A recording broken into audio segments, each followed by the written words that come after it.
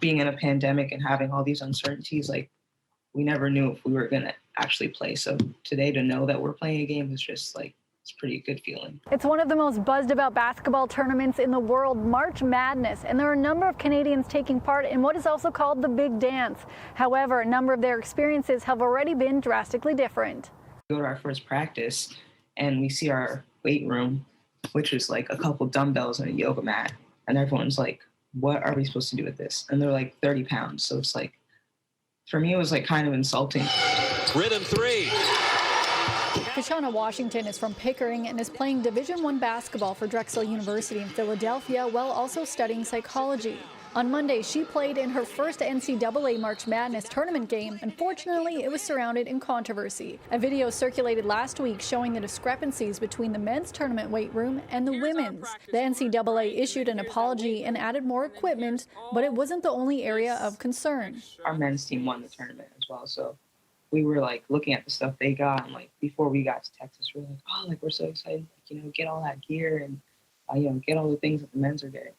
And we get here and, we get our swag bag and we're like, this is not what the men's team got. And we're like, all right, maybe like there's more to come.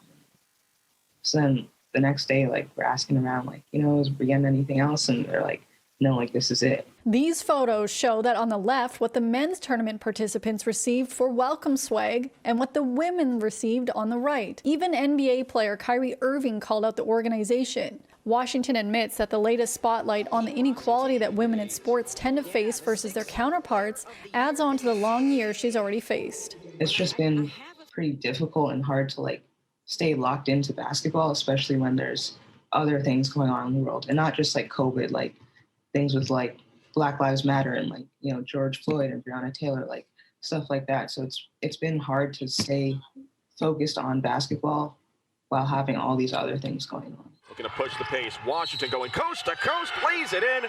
There have been moments of celebration in the elite athlete's year. She helped lead her team to the CAA title, giving them a berth into the tournament for the first time in 12 years when she poured in a career-high 35 points. I was just like in the zone. Like I don't think I've ever felt so like locked in a game this season, and it's just like I felt like I couldn't miss. Unfortunately, Washington's team lost today and are out of the tournament, but she still has 2 years left in her schooling, so she will have a few more chances to make it back to the big dance again.